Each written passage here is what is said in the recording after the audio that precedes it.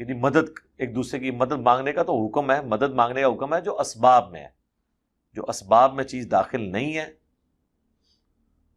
وہ پھر کہتے ہیں جی دیکھیں نبی علیہ السلام سے لوگوں نے ما فوق الاسباب چیزیں بھی مانگی ہیں.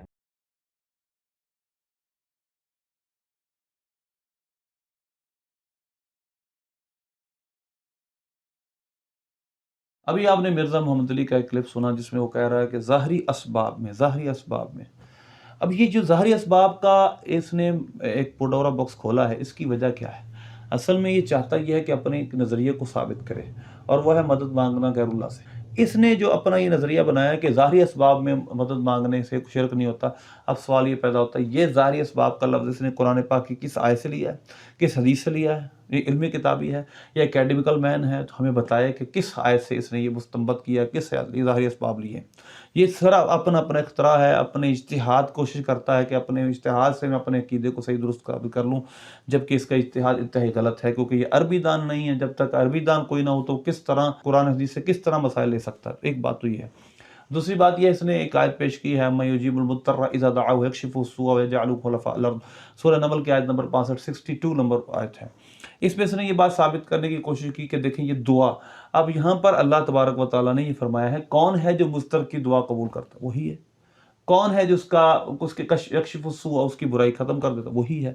اب اس میں نہ تو کوئی ظاہری اسباب کی بات کی گئی، نہ باطنی اسباب کی بات کی، مطلقاً بات کی گئی ہے.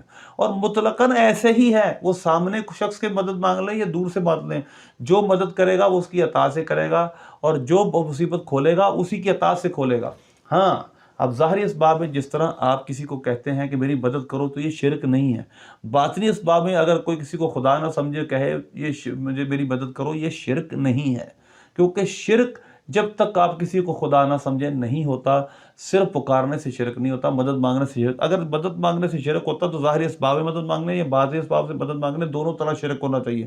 کیونکہ شرک ازلاً ابداً شرک ہے. غیر سے بھی شرک ہے تو غیب سے بھی شرک ہے تو حاضر سے بھی شرک ہے. اس وجہ سے شرک کی اگر آپ یہ مشین چلائیں گے تو سب پہ چلے گی. وگرنہ اگر آپ یہ کہتے ہیں کہ ظاہری اسباب میں مدد مانگنا شرک نہیں ہے، باطنی اسباب میں شرک ہے، تو آپ کو اس کا ثبوت لانا پڑے گا. اور آپ کو یہ اصول کہاں لے جائے گا؟ سن لیں کہ ظاہری اسباب میں تو ظاہر سامنے شخص بیٹھا اس سے مدد مانگنا شرک نہیں ہے. وہی ہمارے باطن میں چلا جائے، یا جس طرح کہتا ہے ماں روٹی دے تو قبر میں روٹی تو نہیں دے سکتی. اگر ہم یہی مان لیں کہ یہ شخص اگر دور چلا جائے یہ ہماری مدد کر سکتا ہے، اور اگر یہ سب اللہ کی عطا سے کر سکتا ہے، تو بتائیے شرک کس طرح ہو گیا؟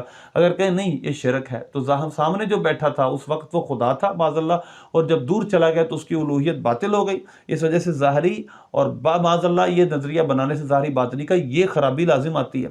ہاں یہ الگ بحث ہے کہ دور سے مدد کون کر سکتا ہے کون نہیں کر سکتا، غیب سے کون سن سکتا ہے کون نہیں سن سکتا، یہ الگ بحث ہے. ہماری ابھی تک جو بحث ہے وہ جواز اور عدم جواز پہ ہے. کیا یہ شرک ہے یا نہیں؟ یہ شرک نہیں ہے، یہ جائز ہے. لیکن اب اگلے کی کیپیسٹی سننے کی ہے یا نہیں مدد کرنے کی الگ بحث ہے. تو لہٰذا ہمیں جواز اور عدم جواز پر ہم نے یہ ساری بحث کی ہے. اللہ سے دعا ہے.